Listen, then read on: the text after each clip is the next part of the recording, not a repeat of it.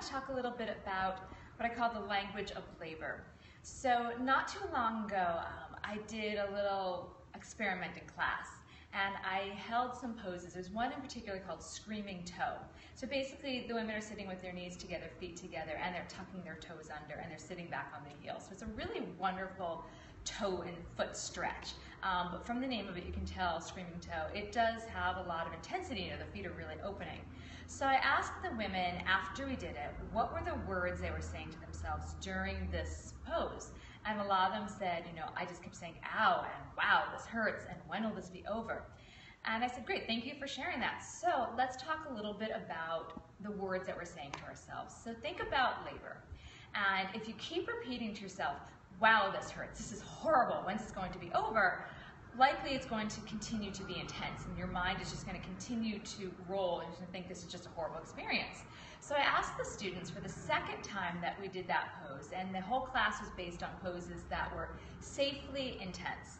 I said, instead of repeating to yourself, ow, ow, I hate this, can you say to yourself, I can open, I can breathe, or even rename the sensation to this is intense, this is strong. And a lot of the women afterwards responded to that. They're like, hey, so if I change the language I'm saying to myself, my body is going to respond to that. So let's again go back to the idea of labor. So this wonderful midwife, Ina May Gaskin, she calls contractions rushes. So I remember during my own second labor, I started to experience kind of what I call labor land. I just kind of went into the groove. And during the start of the contraction, my mind started to see them as waves. And it's, you know, waves are very much like contractions. You know, there's a base, they peak, and then they drop. And then again, you have a little in between, and then they raise, they peak, and they drop. So in my mind, I started to change my perception of contractions to riding out the waves. And I just reminded myself, and my body naturally did this, surrender to the wave. So that became my mantra, ride out the wave, surrender to the wave. So again, I changed the language I used for myself. So instead of saying, okay, here it comes, brace yourself, let's kind of get through it, muster through it, I reminded myself about surrender. So those are my words. Again, so language has a lot of power. Now, interestingly enough, as I was researching this, I came across an article. It was a neuropsychologist, Rick Hansen, and he actually said humans are evolutionary wired to go towards the negative. And he said basically our ancestors needed to avoid threats and collect, as opposed to collecting their rewards. So it's not really surprising that we immediately go to the negative, ow, this is uncomfortable, I don't want to do this. So it takes a lot of work to change your perception. Even the word pain, for some people, they couldn't get by that. So I said to them, all right, instead of just saying pain, pain, pain is bad, can you now say maybe it's pain for a purpose? You know, we're opening up our feet or strengthening our legs, or in terms of labor, this pain per se is for the purpose of working with your baby to get your baby out of your body. You guys are a team, the union, the yoga of mom and baby working together. So we have to look at the words that we're saying to ourselves, and then also the words other people are saying to us.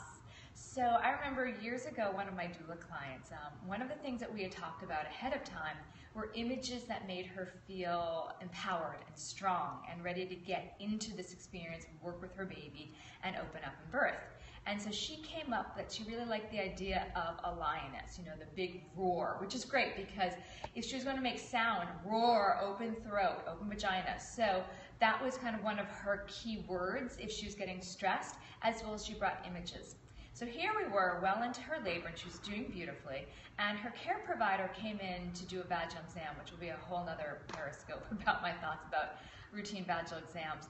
And afterwards, she said, the care provider said to my client, I don't know why you're trying to do this without pain medication. I want to have an epidural at my yearly pap smear. And I could see, I mean, that's pretty strong and negative to a woman that's really wanting and embracing to try to have a natural childbirth. And I could see my client start to recoil. And so I kind of jumped in with our idea of roar and lioness. So we had those pictures, and I just reminded her, open and roar and clear the room, clear the space. And afterwards, she and I talked about it. She's like, that was pretty damaging, and I really had to recover. So think about the words that people are saying to you, the words that you want in your environment there was a survey from Midwifery Today, and they talked to women about the impact of positive and negative birth stories. And the survey had women read some positive birth experiences, and then 3 weeks later, it reported that they had less fear surrounding their upcoming birth experience by 33% than they had before. So there really is a lot of power to the words that we say to ourselves and the words that are said by others. So if you're feeling overwhelmed or unprepared or afraid or fearful of your pregnancy or birth experience, you can start to empower yourself with people that believe in you and support you. And instead of listening to any negative stories, try to find positive stories, positive feedback from family members and friends, and if they can't offer it to you, just kindly try to dismiss yourself and remove yourself from that experience. So remember, the words we say to ourselves are very powerful. So instead of pain, maybe you can think intense, maybe you can think strong, maybe you can think powerful, maybe you can think surrender.